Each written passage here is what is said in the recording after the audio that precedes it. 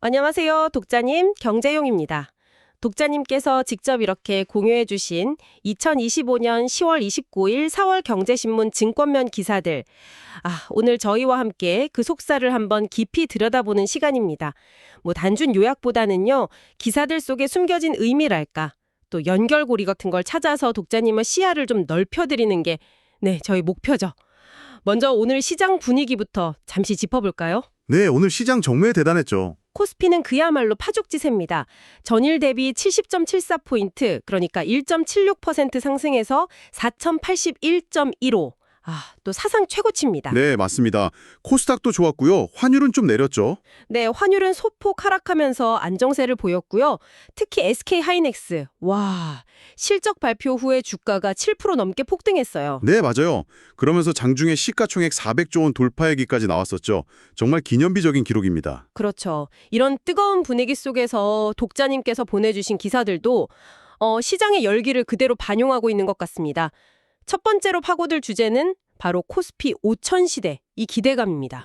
네. 요즘 가장 뜨거운 화두죠. 지수가 4천을 훌쩍 넘어서니까 약속이나 한 듯이 여러 증권사에서 장밋빛 전망을 막 쏟아내고 있어요. 네. JP모건이 5천, 조건부 6천까지도 봤고요. 그렇죠. KB증권도 5천 제시했고 한국투자증권은 4,600, 키움, 흥국은 3,500에서 4,600, 4,600 사이. 전반적으로 상당히 낙관적인 분위기예요. 네. 근데 왜 하필 지금 이 시점에서 이런 전망들이 집중적으로 나올까요? 그리고 이 전망대 사이의 미묘한 차이는 또 어떻게 봐야 할지 그게 궁금합니다. 네. 그 부분을 파고드는 것이 중요합니다. 단순히 오른다는 전망만 볼 게 아니라 그 근거를 꼼꼼히 따져봐야 하죠. JP모건 보고서를 보면 핵심 근거는 역시 한국 증시의 밸류에이션 매력. 여전히 싸다. 네, 그거죠. 12개월 선행 PER이 13.2배, PBR은 1.34배 수준이라고 하는데요. PER은 이익 대비 주가, PBR은 순자산 대비 주가잖아요. 네네. 이게 글로벌 평균보다 낮다는 거는 기업 가치에 비해 주가가 아직 덜 올랐다. 이렇게 해석할 여지가 있다는 거죠. 코리아 디스카운트, 저희가 정말 오래 들었던 이야기인데 왜 지금 이 시점에 이 낮은 밸류에이션이 강력한 상승 동력으로 작용할 거라고 보는 걸까요? 뭔가 달라진 게 있다는 건가요? 바로 그 지점입니다. JP모건이 단순히 저평가 말고 그 조건부 6천 가능성을 언급한 배경에는 정책적 변화에 대한 기대감이 깔려 있다고 봐야죠. 예를 들어서 자사주 의무 소각이라든지 배당소득세 인하 같은 주주 환원 정책 강화.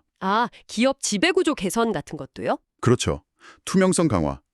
이런 것들이 현실화되면 한국 증시 매력이 근본적으로 달라질 수 있다. 이런 기대감입니다. 그래서 단기 조정은 오히려 매수 기회다. 이렇게까지 조언하는 거고요. 그러니까 과거랑 다르게 실질적인 체질 개선이 동반될 수 있다. 이런 기대감이 반영된 거군요. 네, 맞습니다. KB증권 분석은 또 조금 다른 관점인데요. 지금이 역대 세 번째 강세장이다. 이 진단이 흥미로워요. 네. 1980년대 삼저 호황 시대하고 2000년대 브릭스 열풍, 그 다음이라는 거죠. 과거 강세장 공통점이 달러 약세랑 PBR 상승이었다는데 이번에도 비슷하다는 거고요. 맞습니다. KB증권은 과거 달러 약세 때 코스피 PBR이 평균 3.3배까지 올랐던 그 경험에 주목했어요. 그래서 만약 이번에도 PBR이 그 수준까지 오른다면 이론적으로는 코스피 7,500까지도 가능하다. 이런 계산을 내놨죠. 7,500이요? 물론 이건 이론적인 분석이겠죠? 네, 그렇죠. 실제 예측이라기보다는 이번 상승장의 잠재력이 그만큼 클 수 있다. 이걸 보여주려는 의도로 봐야 합니다. 다만 KB증권이 중요한 경고도 했어요. 한국 증시가 역사적으로 강세장 뒤에는 한 15년에서 20년 정도 긴 횡보장을 보였다는 거죠. 이번 기회 놓치면 오래 기다려야 할 수도 있다. 이 말이군요. 네, 그 메시지가 투자자들에게는 좀 시사하는 바가 크죠. 그렇군요. 자, 그럼 독자님 입장에서 제일 궁금한 건 이겁니다. 이런 전망 속에서 그럼 실제 투자 전략은 어떻게 가져가야 할까? 어떤 업종을 봐야 할까요? KB증권은 구체적으로 유망 업종을 꼽았는데요. 반도체, 건강관리, 그리고 원전을 포함한 전력 인프라 쪽. 방산이나 우주항공, 조선도 있었죠? 네, 맞습니다. 이들의 공통점은 단순히 지금 실적이 좋은 걸 넘어서 구조적인 수요 확대나 지속적인 설비 투자가 이루어지는 산업이란 점이죠. 그러니까 단기 테마보다는 좀 장기적인 성장 스토리에 주목하는 시각입니다. 이런 분위기를 보여주는 좀 상징적인 움직임도 있었죠. 이찬진 금감원장님이 아파트 계약금 2억 원 전액을 ETF에 투자했다는 소식. 네, 코스피 200하고 코스닥 150 추종 ETF였죠. ETF는 특정 지수를 따라가도록 만든 펀드를 주식처럼 사고 파는 상품인데 금감원장님의 투자는 시장 상승에 대한 긍정적인 시각을 보여주는 사례로 볼 수 있겠네요. 네, 물론 개인적인 판단이겠지만 시장 참여자들한테는 좀 상징적인 의미로 받아들여질 수 있습니다. 종합해보면 지금 시장은 분명 낙관론이 우세해요. 하지만 그 밑바탕에는 단순 기대감을 넘어서는 밸류에이션 분석, 정책 변화 가능성, 또 과거 패턴 학습 효과 같은 게 복합적으로 작용하고 있다, 이렇게 봐야 합니다. 네. 독자님께서도 이런 큰 흐름 속에서 유망 업종이나 주요 인물 움직임을 참고하시되 자신만의 투자 원칙을 세우는 게 중요해 보입니다. 자, 그런데 이런 시장 전체의 낙관론 이면에는 또 다른 치열한 경쟁이 벌어지고 있다는 소식도 기사에 있었어요. 바로 대기업들의 외부 감사인 선정을 둘러싼 회계법인들의 수주 전쟁. 아, 네. 이 경쟁이 정말 치열하죠. 현대차, 우리금융지주 같은 큰 기업들이 감사인을 새로 뽑는 시기가 되면서 이른바 빅4 회계법인 간 경쟁이 점입가경이라고 합니다. 이게 단순히 개혁 따내는 차원을 넘어서는 문제 아닐까요? 정확한 지적입니다. 이 경쟁이 심해진 직접적인 계기는 역시 신회감법에 따른 주기적 감사인 지정제 때문이죠. 기업이 6년 동안 감사인을 자유롭게 뽑고 나면 그 다음 3년은 금융당국이 강제로 지정하잖아요. 네, 그렇죠. 이 3년 지정기간이 끝나는 기업들이 매년 나오니까 회계법인들한테는 새로운 대형 고객을 확보할 대복이 열리는 셈입니다. 게다가 최근 몇 년간 회계법인 성장세가 좀 주춤해지면서 안정적인 감사 수익 확보가 더 중요해진 점도 있고요. 기사를 보니까 정말 억소리 나는 계약들이 걸려 있더라고요. 현대차만 해도 작년 감사 보수가 45억 원 정도였고 특히 우리금융은 연간 보수가 100억에서 150억 원. 네, 최대어죠. 경쟁 구도가 어떻게 되고 있나요? 현대차는 기존 지정감사인이었던 한영을 제외하고 3일, 삼정, 안진 이 세 곳이 다 제안서를 내서 치열한 3파전이라고 하고요. 우리금융은 그 규모 때문에 더 관심이 큰데요. 여러 자회사를 포함하니까 감사 범위가 넓고 복잡해서 보수가 높아요. 만약 6년 자율수행 기간을 다 맡으면 누적 매출이 1,000억 원에 육박할 수도 있는 초대형 계약이죠. 1,000억 원. 현재 삼정이 맡고 있는데 업계에서는 삼정하고 안진의 2파전 가능성을 높게 보고 있어요.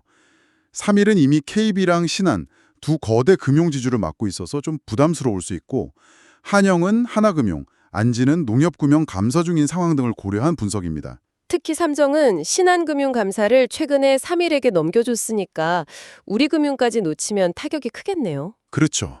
필사적으로 수성에 나설 거라는 관측이 많습니다. 이 외에도 삼성중공업, 금호석유화학, 롯데케미컬, GS건설, SK 계열사들도 경쟁 대상이고요. 근데 경쟁이 이렇게 치열하면 보통 감사 보수가 좀 내려가지 않나요? 근데 기사 보면 꼭 그렇지도 않은 것 같아요. 몇 년째 제자리 걸음이다. 이런 지적도 했던데요. 바로 그 점이 딜레마입니다. 2024 회계연도 감사 보수 증감률을 보면 삼정이랑 안진은 오히려 줄었고요. 한영은 거의 그대로 3일만 좀 늘었죠. 네.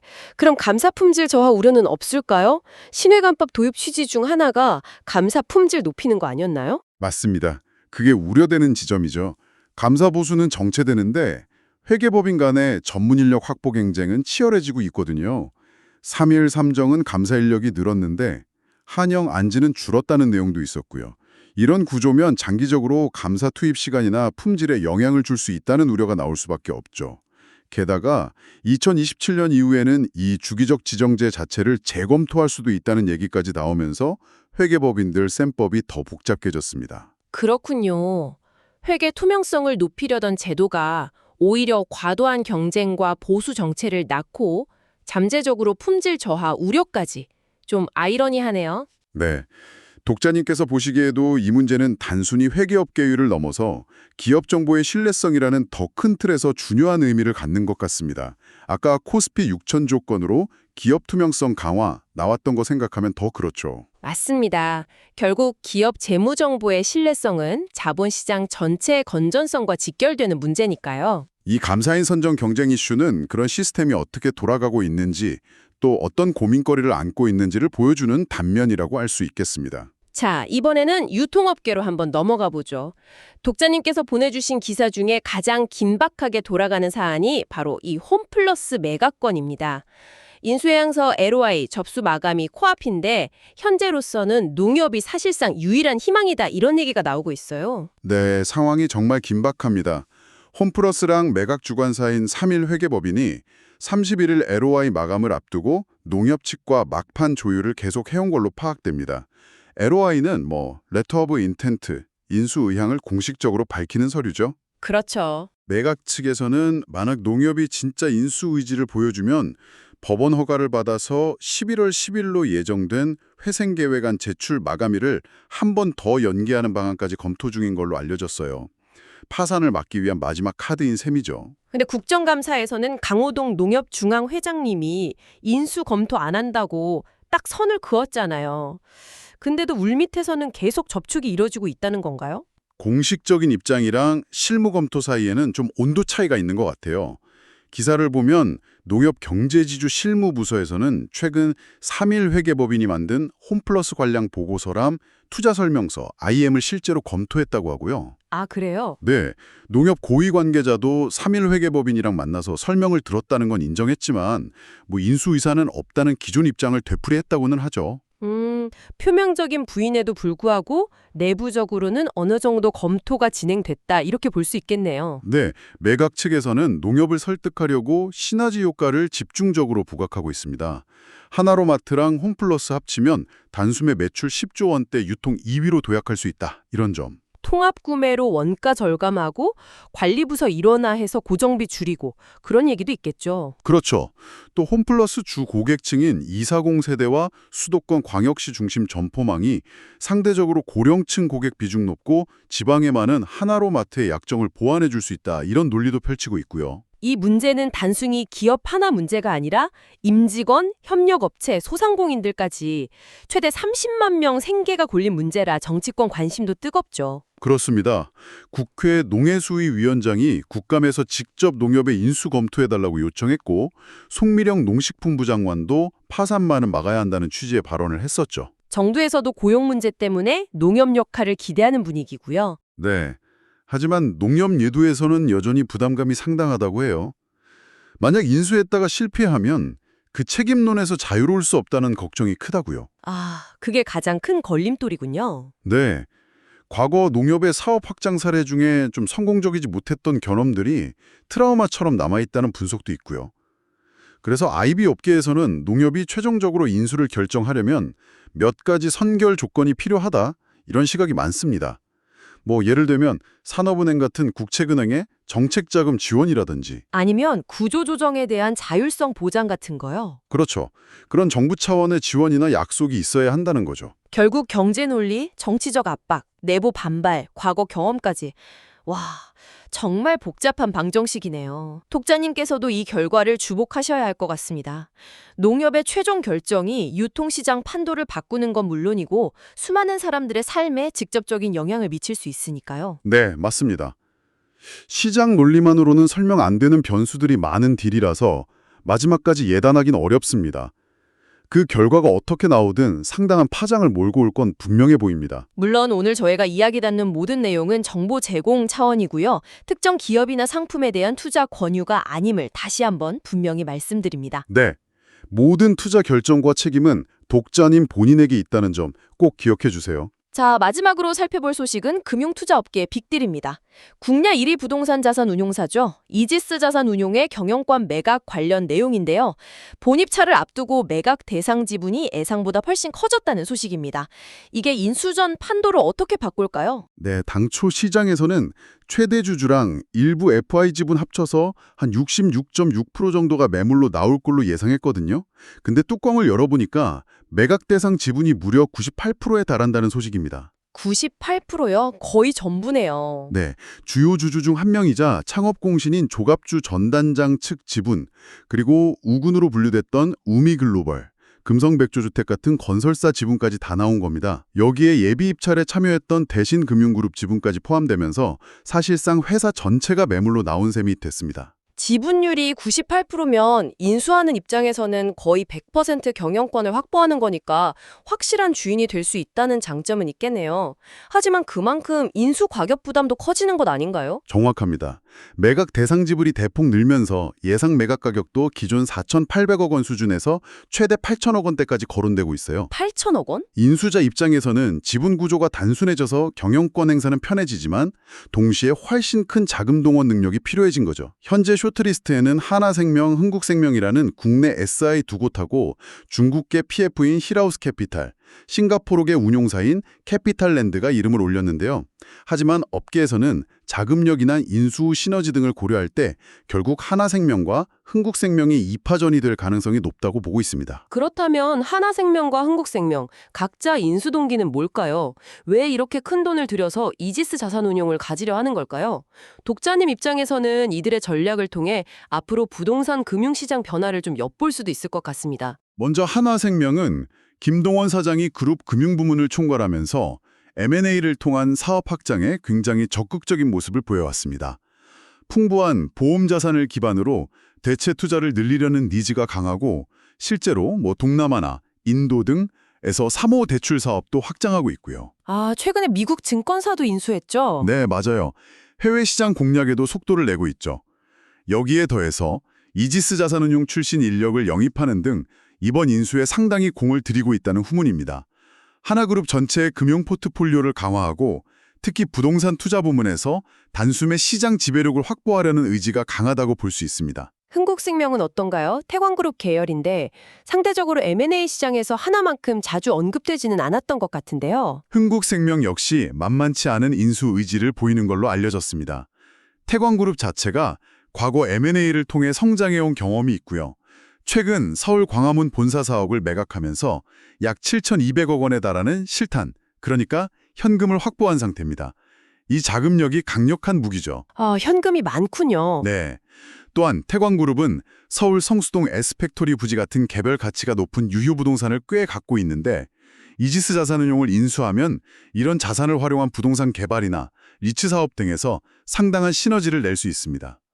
최근 호텔 투자를 검토하는 등 부동산 관련 사업을 그룹의 새로운 성장 동력으로 삼으려는 움직임도 포착되고 있어서 이번 인수전에 적극적으로 뛰어든 것으로 보입니다. 결국 국내 1위 부동산 자산 운용사의 주인이 누가 되느냐에 따라서 인수기업의 전략 방향에 맞춰 부동산 금융시장의 지형도 크게 바뀔 수 있겠군요. 그렇습니다. 단순히 운용사 하나 주인이 바뀌는 걸 넘어서 인수자의 자금력과 네트워크, 그리고 향후 사업 전략이 국내외 부동산 투자 시장 전반에 영향을 미칠 수 있는 아주 중요한 이벤트입니다. 네. 독자님께서도 부동산 간접 투자 같은 데 관심 있다면 이 딜의 결과를 눈여겨보실 필요가 있겠습니다. 지금까지 코스피 5000 시대 전망부터 주요 기업들의 외부 감사인 선정 경쟁, 홈플러스 매각의 막판 줄다리기, 그리고 이지스 자산운용 경영권 향방까지 독자님께서 보내주신 서울경제신문 증권면 기사들을 통해 시장의 다양한 맥박을 짚어봤습니다. 이렇게 시장의 큰 흐름과 기업들의 구체적인 움직임을 연결해서 살펴보는 것이 독자님의 투자 결정에 중요한 맥락을 제공하길 바랍니다. 다음에도 독자님께서 궁금해하실 경제 소식들을 깊이 있게 파고드는 시간으로 돌아오겠습니다. 지금까지 서울경제신문 경제용이었습니다. 감사합니다. 오늘 살펴본 것처럼 시장은 항상 기회와 불안이 공존하는 곳이죠. 과연 지금의 낙관론은 견고한 기반 위에 서 있는 걸까요? 아니면 또 다른 변화의 전조곡일까요? 이 질문에 대한 답은 독자님께서 시장을 계속 주시하며 찾아가셔야 할 것 같습니다. 본 내용은 투자 참고 정보이며 투자 결정에 따른 책임은 투자자 본인에게 있습니다.